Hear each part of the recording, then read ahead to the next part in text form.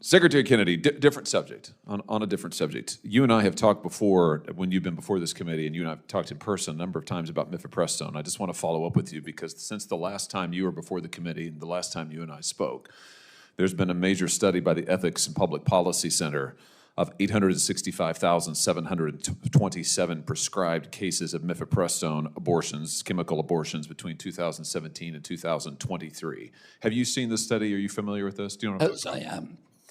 You will remember then that this data shows the biggest study on Mifepristone done, I think, ever, and it showed that nearly 11% of women experience very serious adverse health effects, to include sepsis, hemorrhaging, infection, of course, emergency room visits.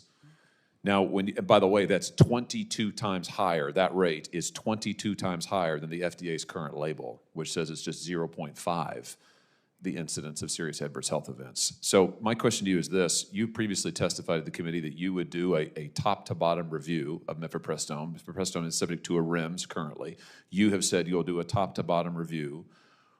Do you continue to stand by that, and don't you think that this new data shows that the need to do a review is in fact very pressing? I think the new data, first of all, it validates the CAS study, which is previously probably the most comprehensive data that we've seen on it, and it is, and it's alarming, and clearly it indicates that at very least the label should be changed. I've asked Marty McCary, who's the director of FDA, to do a complete review and to report back. Good. Do you have any sense of timeline, Mr. I Secretary, do not. with that? It will be a top priority, though, for you. Is that safe to say? You say that it probably indicates the label needs to be changed. Do you think it's also important as part of your review to consider whether it's necessary now to put back in place the long-standing safety protocols that always accompanied Mifepristone until the last administration? In-person dispensing, doctor visits, screening for ectopic pregnancies?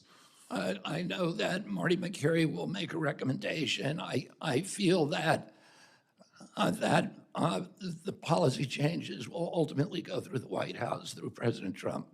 But you'll make a recommendation based on the data? Yes. Good. On a different subject, talking about the advertising that is routinely done by pharmaceutical companies, you have been a longtime critic of direct-to-consumer pharmaceutical advertising. You wrote, I think, in the Wall Street Journal a little over a year ago about the need to revisit guidelines around pharmaceutical advertising. Is that still your view? I mean, has your view changed? Pharmaceutical advertising is particularly insidious because, commercial advertising has some level of First Amendment protection, not as great as political speech. It doesn't have the kind of strict scrutiny applied to political speech. It still has a level of protection.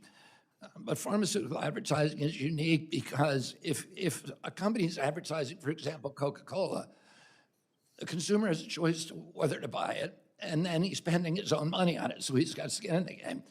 With pharmaceutical advertising, the consumer's purchasing the product, and it's usually the most expensive form of the product, so that they're usually advertising because they want to bury the existence and the availability of generic drugs that are much cheaper and equally effective. And the consumer is spending not his own money, and most often our money, taxpayer money. Furthermore, the pharmaceutical ad is getting tax deductions, so we are funding it. I want to ask you just about that. Under current law, pharma companies can deduct their advertising costs as a business expense. Do you think it's time to change that? Yeah, and I've actually have a call into Scott Besant about that, but I'm working very hard on this issue, and we expect to come out with a policy within the next few weeks. Well, let me propose that we work together. Today, I'm introducing legislation to repeal the tax deductibility of these advertisements. It is a bipartisan bill with Senator Shaheen on the other side of the aisle here. It is a bicameral bill with both the Democrat and Republican sponsors in the House of Representatives. And my view is it's time to get rid of these tax breaks for these companies and to end this practice. Can you support that? 100% support it. Fantastic. I look forward to working with you on that.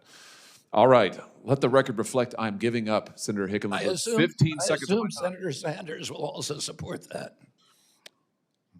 Absolutely, and I'll go further. The idea you This want is to coming out of your time now, John. The answer is yes.